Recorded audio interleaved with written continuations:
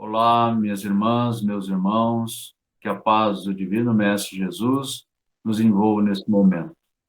A Sociedade Espírita Ponto de Luz, enquanto suas portas físicas estão fechadas, ela vem fazendo a retransmissão de palestras de irmãos nossos que militam no movimento espírita gaúcho e brasileiro.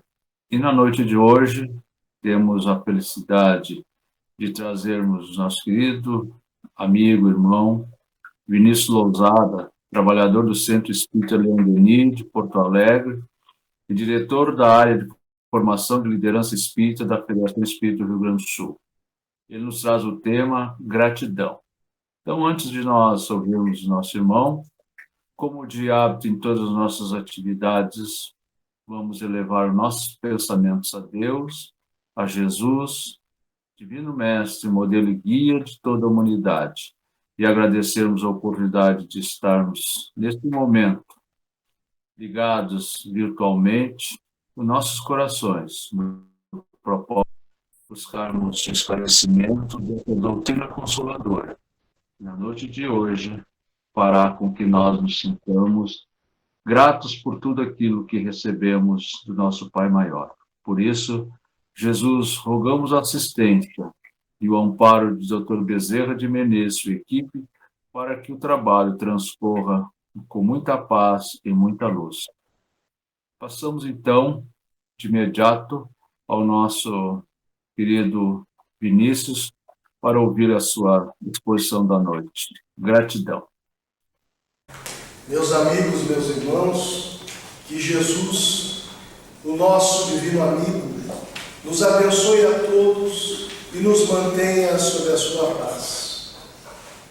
O tema da gratidão é muito pertinente, especialmente nos dias em que nós vivemos, em que o campo, por exemplo, da psicologia positiva tem apontado a relevância da manutenção da própria saúde, o hábito da gratidão, a promoção na vida íntima de sentimentos enobrecedores como esse da gratidão, a percepção do nosso lugar no mundo, do conjunto de oportunidades que a providência divina nos confere, promovendo então dentro de nós um contentamento pelo simples fato de estarmos vivos, por enfrentarmos situações que nos desafiam e que nos ajudam no nosso progresso espiritual. É muito importante para o equilíbrio do nosso organismo, por exemplo, essa manutenção do hábito de agradecer. Agora, é evidente que o tema nos apresenta como algo complexo, porque na nossa condição espiritual não é comum nós agradecermos. Encontramos lá na codificação, em O Livro dos Espíritos, por exemplo, uma análise sobre a lei de adoração, em que Allan Kardec vai recolher dos espíritos o entendimento da prece em 3 facetas. Nós podemos louvar a Deus na prece, nós podemos pedir e agradecer. E quando pensava sobre o tema, eu me perguntava, será que eu tenho me lembrado de agradecer o conjunto de bênçãos que tenho recebido nessa vida? Será que já estamos habituados à condição do agradecimento? Não raro, nós não paramos para pensar sobre tudo quanto a providência divina nos confere. Porque algumas coisas se tornam tão naturais, tão triviais, tão corriqueiras em nossa vida, que parece que não tem tamanho valor. Mas a gente pode pensar, por exemplo, na saúde. A oportunidade de banhar-se sozinho, sem depender de ninguém. De alimentar-se com as próprias mãos. De ter saúde mental que nos permita a bênção de dar conta da manutenção do próprio corpo, da família, da nossa casa, pelo trabalho. A possibilidade de nos comunicarmos pela palavra, quando tantos são incapazes pelas circunstâncias da vida em operar uma frase, em apresentar uma opinião. Somos dotados de uma condição cognitiva saudável que nós podemos confabular, estruturar ideias, analisar a vida. Temos memória quando nós vemos os casos de Alzheimer e outras patologias neurológicas. Como é bom poder lembrar o nome das pessoas que nós amamos, as coisas boas que vivemos, a superação das provas que já enfrentamos. Aí a gente para um pouquinho para pensar e percebe o quanto há por agradecer. Quanto há. Agora nós precisamos nos indagar. Por que será que nós, salvo as exceções que devam existir, não nos lembramos no cotidiano em agradecer não somente as bênçãos, também as dificuldades que se traduzem no aproveitamento da nossa evolução espiritual, também em bênçãos. E aí nós vamos verificar com Allan Kardec, quando estuda as categorias dos mundos habitados, especialmente no capítulo de O Evangelho segundo o Espiritismo, há muitas moradas na casa do Pai, que o nosso planeta se constitui em uma morada de provas e expiação, quer dizer, em que vigora, na sua maioria, das experiências que vivenciamos, aqueles testes que nós estruturamos como possibilidade no nosso planejamento reencarnatório, antes de renascer. Aquelas experiências que nos convocam ao trabalho, ao uso da inteligência, à renovação moral, para que nós venhamos galgar pouco a pouco passos superiores nessa senda da lei do progresso. E também lidamos com o resgate dos nossos débitos, as expiações, essas experiências morais, físicas, psicológicas mais exigentes, que dizem respeito a uma devolutiva à vida, que diz respeito a recolhermos no próprio caminho as pedras que um dia nós lançamos, dentro da dinâmica daquilo que André Luiz chamou de ação e reação. E os espíritos que somos nós que vivemos esse calhau de experiências provacionais expiatórias, segundo a análise dos espíritos na codificação, somos espíritos inferiores, o que não deverá ferir o nosso brilho, mas pode incomodar de vez em quando o nosso orgulho. Por que espíritos inferiores? Porque ainda as nossas paixões, as más paixões, dominam as nossas condutas. Quando nós paramos para pensar, evidentemente, em termos dessa grande família terrena, nós ainda nos deixamos conduzir por emoções perturbadoras, como a raiva, o ciúme, a inveja, o orgulho. Nós ainda temos ímpetos de eliminar o outro que é diferente da gente. Às vezes não mais com armas, mas com a palavra, com expedientes de moral inadequada. Observemos, por exemplo, os contextos de discussão política, a incapacidade do diálogo que habita a vida de muita gente, a intolerância, a ânsia por dominar numa perspectiva, seja qual for. Todo excesso revela tranquilamente um conflito. Toda ânsia de domínio revela a nossa carência de maturidade espiritual. Toda intolerância demonstra que sabemos muito pouco das leis de Deus. Então, a nossa condição é de espíritos imperfeitos, em que o mal que habita em nós, alimentado pelas imperfeições, pelo cultivo das más paixões, ainda orienta o nosso viver. Erramos mais do que acertamos. No entanto, é evidente que nós somos perfectíveis. Estamos na direção do progresso espiritual e aprendemos com os nossos erros. abençoada reencarnação, que faz com que tenhamos novas experiências, a fim de aprendermos nas mais variadas circunstâncias sociais, étnico-raciais, culturais e sexuais,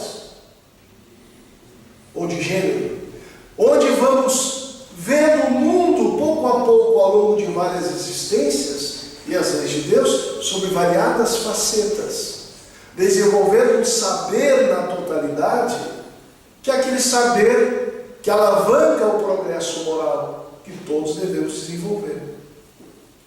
Contudo, dada essa imperfeição, raramente nos habituamos a agradecer.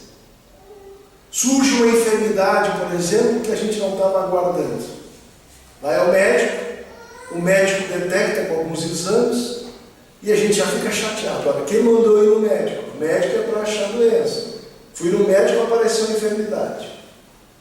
Aí o médico dá um regime de orientação de prescrição médica para restabelecer a nossa saúde. Aí a gente compra o remédio quando pode comprar e reclama porque vai tomar remédio que o médico indicou. Não se traduz uma forma de rebeldia? É uma oportunidade de poder adquirir medicamento em um mundo em que ainda é presente exclusão social e muita gente não tem acesso a determinados medicamentos. E se nós temos e podemos tomar e tivemos acesso à orientação médica, ainda assim a nossa rebeldia fala mais alto. E a gente fica indignado por fazer tal ou qual tratamento. Nós normalmente agradecemos as coisas que parecem boas e não sabemos agradecer pela falta de percepção espiritual adequada os desafios que a vida nos apresenta, através dos quais a providência divina nos favorece no que diz respeito ao nosso crescimento espiritual. Reclamar um exemplo, uma marca de espíritos imperfeitos que somos. Não sei vocês, mas eu me descubro reclamando desse problema. E a gente reclama de cada coisa. Reclama do calor, reclama do frio, reclama do trânsito, reclama do trabalho, reclama dos colegas, reclama da família. E tem gente que até reclama de Deus. É um mau hábito. Estabelecendo essa sintonia negativa de uma onda de desânimo que tem ocupado a vida de muita gente, em processos de perturbação espiritual que vão se complexificando em função de que nós vamos cultivando essas sintonias negativas, com pensamentos acanhados, com pensamentos vinculados à lamentação, à raiva e até ao ódio. Tem pessoas que dizem, eu odeio segunda-feira. Olha que coisa interessante. Sentimento forte, né? Mas a pessoa odeia segunda-feira. São os processos depressivos que são mascarados, que a gente precisa buscar a terapêutica pertinente. E outros processos de enfermidade psicológica, nós precisamos buscar os recursos que o mundo oferece ao lado da terapêutica espiritual. Mas eu pensei, como eu tenho dificuldade de explicar a gratidão, busquei a ajuda do Espírito Emmanuel, em um texto que está na coletânea chamada Evangelho por Emmanuel, as Cartas de Paulo, editado pela Federação Espírita Brasileira. E esse texto, que eu vou me permitir ler alguns trechos e comentar, se chama Agradeçamos Sempre. É um comentário de Paulo a respeito, de Emmanuel, a respeito da carta aos Efésios, um pequeno trecho que Paulo diz assim: sempre e por tudo dando graças a Deus, o Pai, em nome de nosso Senhor Jesus Cristo. Dar graças a Deus em tudo. Porque a visão do Espiritismo é justamente a compreensão de que Deus sabe, como dizia Jesus, o que nós precisamos muito antes que a gente venha pedir. E Deus sabe exatamente o que a gente precisa. Aquelas circunstâncias que nos frustraram são uma bênção. Porque provavelmente aquilo que achávamos ser um benefício, com que Deus não nos dá oportunidade de experienciar, normalmente são experiências em que nós estamos iludidos a respeito das consequências. E a providência divina, então, tira o brinquedo da gente, que somos crianças espirituais, para viver experiências que são educativas de fato, nos afastando das distrações, daquilo que nos aparta do nosso sentido existencial, da finalidade da reencarnação, que é progredirmos do ponto de vista da inteligência e da moralidade, do saber e do sentimento. E Emmanuel começa a fazer a exegese, a explicação desse trecho, dizendo o seguinte: muita gente pergunta como se pode render graças a Deus pelas dores que sacodem a vida. Entretanto, basta leve reflexão para que venhamos a reconhecer a função renovadora do sofrimento. O sofrimento tem uma função reeducativa. Ele nos coloca em um novo patamar a respeito da vida.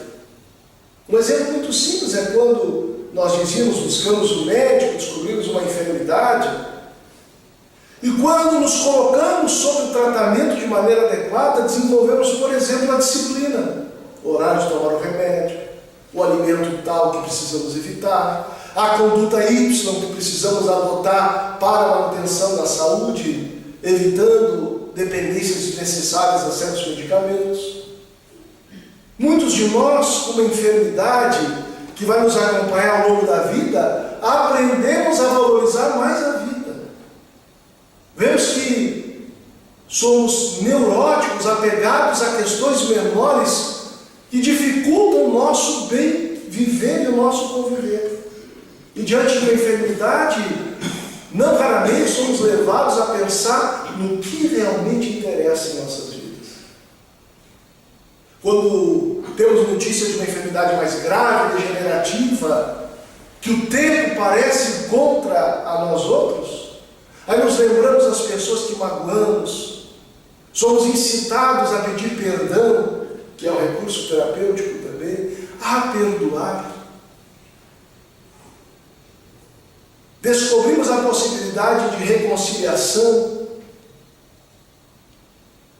Tem pessoas que têm, por exemplo, e isso é notório, está catalogado, quem vive a experiência de EQM, de quase morte, que tem a projeção da vida do perispírito à vida espiritual, como André Luiz chama de desdobramento espiritual, e como o espírito vivencia durante a experiência de quase morte, clinicamente apontada, uma análise da reencarnação, e ao retornar à vida física resolve dar conta de trabalhos inacabados, de tarefas que ficaram pela metade, revalorizando a vida. Pessoas que necessitaram de um transplante complexificado. Então, de fato, o sofrimento nos ensina muito. Quebra o nosso orgulho, quebra o egoísmo. Porque quando a gente sente a dor moral, enxerga com mais atenção o sofrimento daqueles que convivem conosco. Tem pessoas que têm, por exemplo, receita para depressão alheia, até vivenciarem a depressão. E a noite escura da alma as ensina a ter empatia com pessoas que sofrem do mesmo dilema, na mesma enfermidade. Dada a nossa condição evolutiva, o sofrimento tem essa finalidade: nos ensinar a viver e aproveitar a vida do ponto de vista do nosso crescimento espiritual. E nós podemos passar a noite dando exemplos. A ausência de um filho no lar, a queda moral de um familiar querido, que nos reensina a convivência.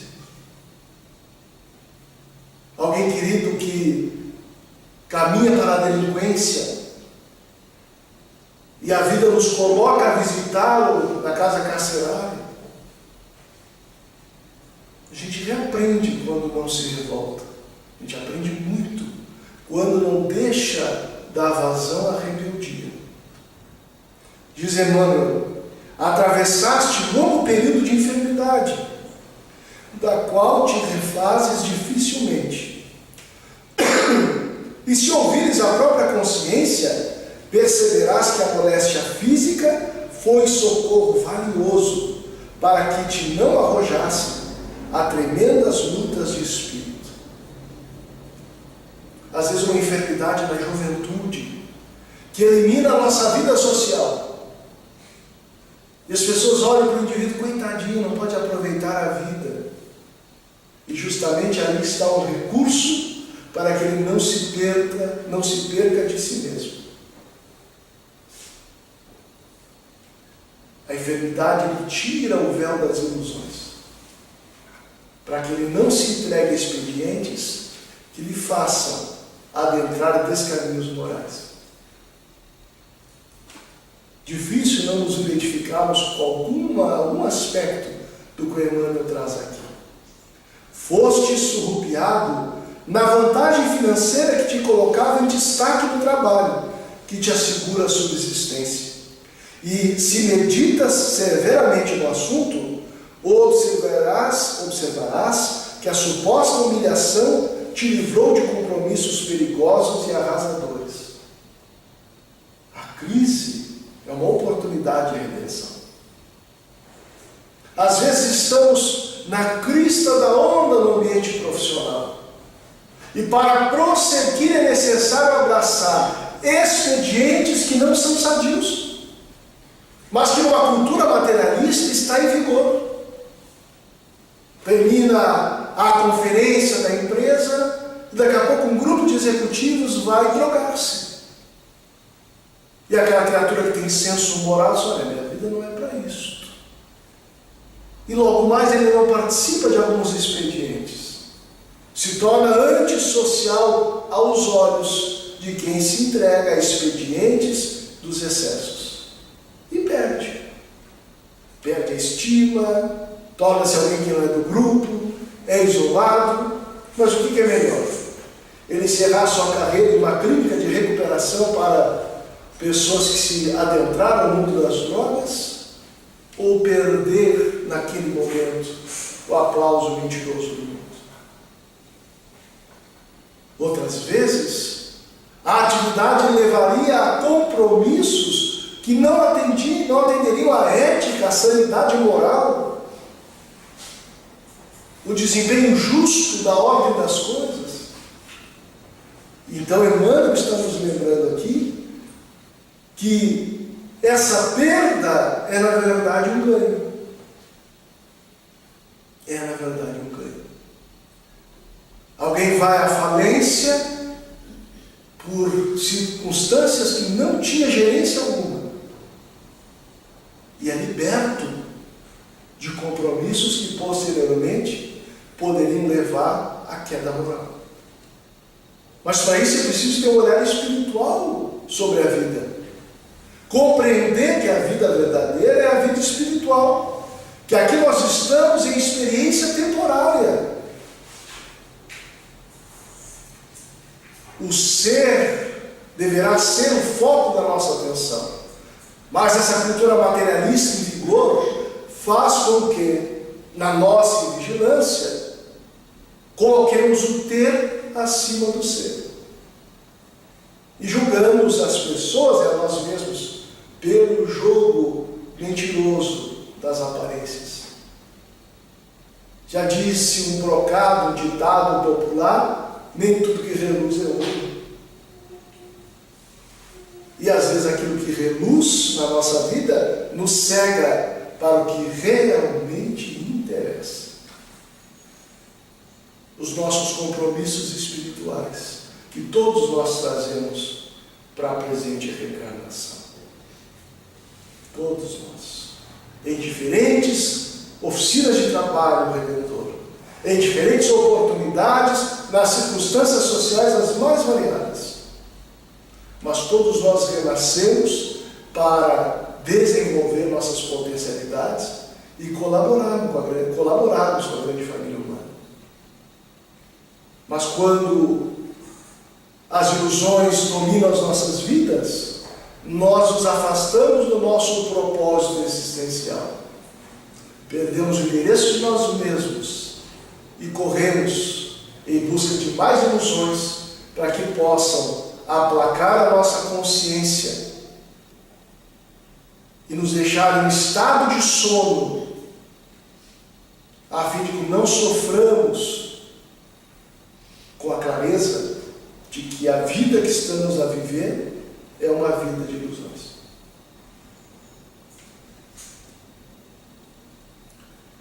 Perdeste recursos materiais que apenas te acrescentariam o reconforto desnecessário no carro da própria existência. E se te deres ao exame desapaixonado da própria situação, verificarás que alijaste o peso dourado de enfeites suntuosos que te fariam, provavelmente, a vítima de criminosos assaltos. Numa sociedade como a nossa, a perda de valores materiais é qualificada como fracasso, porque nós julgamos o êxito pelo que as pessoas têm: propriedades, diplomas, conta bancária, as cifras que a conta bancária aborda, o prestígio social, a presença nas colunas sociais. Vende-se muito obras literárias que dão o segredo do sucesso. O segredo do sucesso, do ponto de vista materialista. Mas é interessante observar que, segundo o Emmanuel nos permite refletir, não raramente a perda de determinado valor, a mudança de status social, nos traz a experiência da vida material do necessário, nos tirando dessa gaiola dos excessos que nos impedem de prosseguir com maior tranquilidade.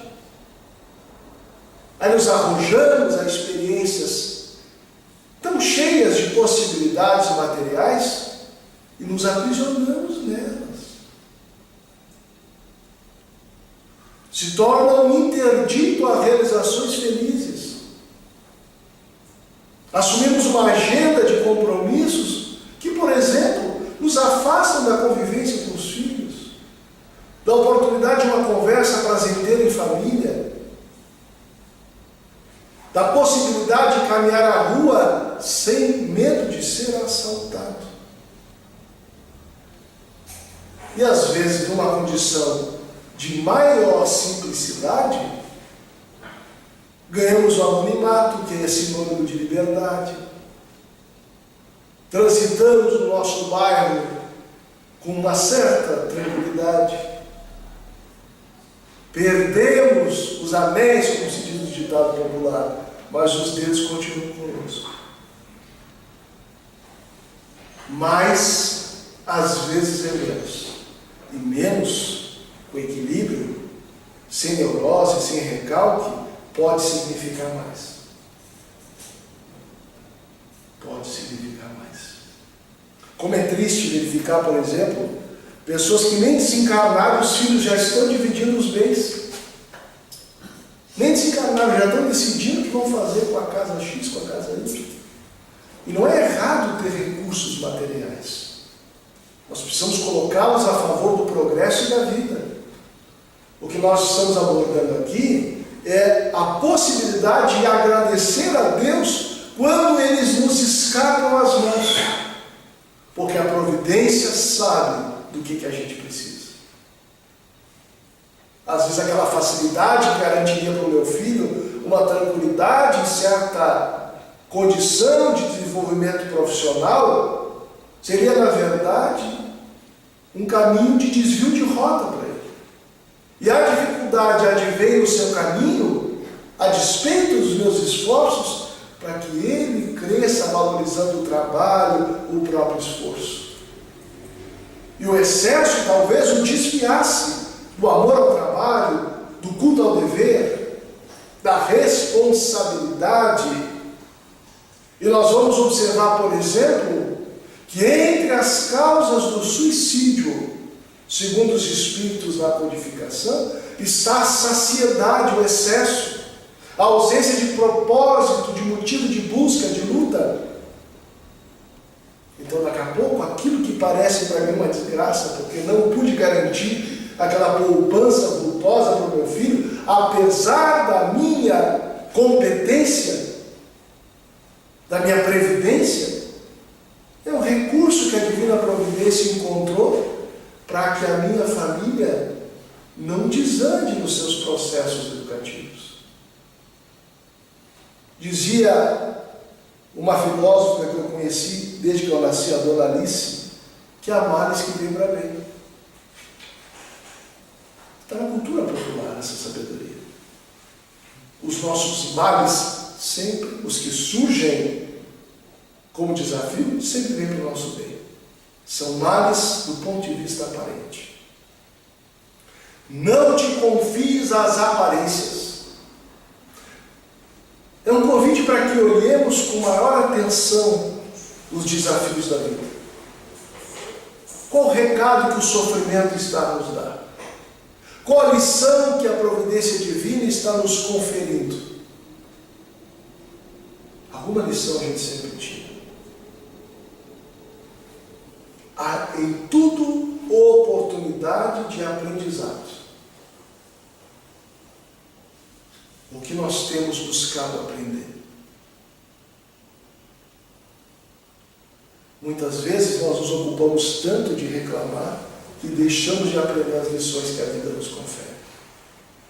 E é curioso porque boa parte disso que nós enfrentamos está estruturado no gênero de provas que nós escolhemos, segundo o Livro dos Espíritos, antes de reencarnar. Eu fico imaginando o nosso espírito protetor, o anjo de guarda, definindo com a gente uma programação. Feliz da vida porque a gente aceitou aquele gênero de prova que nos alça com maior segurança ao progresso. Que optamos por certas expiações que apagam o nosso passado faltoso. Agora sim, ele aceitou, vamos lá, vai dar certo. Aí vem a prova e a gente começa a reclamar assim, meu Deus, mas ele esqueceu o que a gente combinou. Meu filho para de reclamar, agradece, a gente reclama. Sem perceber que tudo diz respeito a uma devolução. As nossas expiações são devoluções daquilo que um dia nós usurpamos, malbaratamos, não aproveitamos adequadamente. Lá em O Céu e o Inferno, no Código Penal da Vida Futura, Allan Kardec vai perceber, conforme a revelação dos Espíritos, que para que nós venhamos a pagar uma falta do passado, na dinâmica da justiça de Deus, nós precisamos primeiro nos arrepender, seja no corpo ou fora dele. Depois nós vamos expiar nossas faltas, porque a culpa alcança o culpado, para o reajuste sempre misericordioso.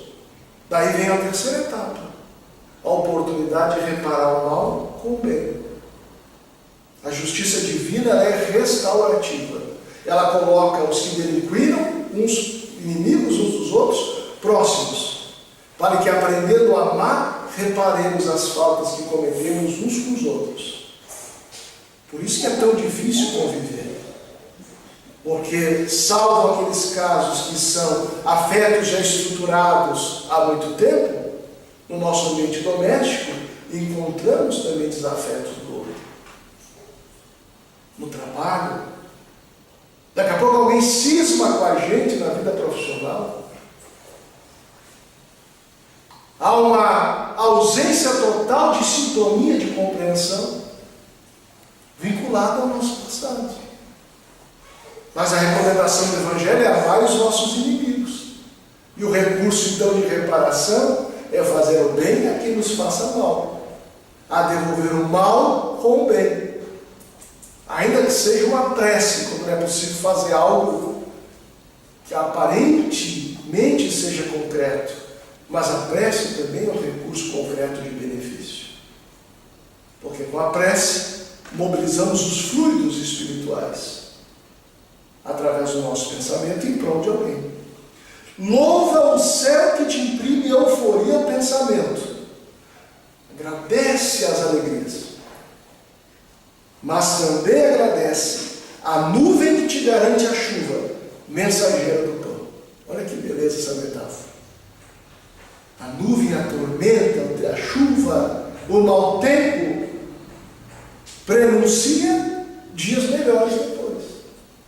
Agradecer, inclusive, as dificuldades que nos convocam ao trabalho, à renovação moral, ao exercício da obediência a Deus. Somos filhos rebeldes, é difícil obedecer. Olha a criança rebelde como é que é. A gente diz, meu filho, faça isso, ele faz outra coisa. Tem até um nome contemporâneo para esse distúrbio. E aí a gente vai taxando a criança, não, fulano é rebelde. Nós podemos olhar para a gente a partir das crianças que observamos. Nós também somos rebeldes. Quando não aceitamos nossas provas e expiações. E a resignação, que é essa aceitação do coração. E aí nós vamos aprendendo a ser gratos a Deus.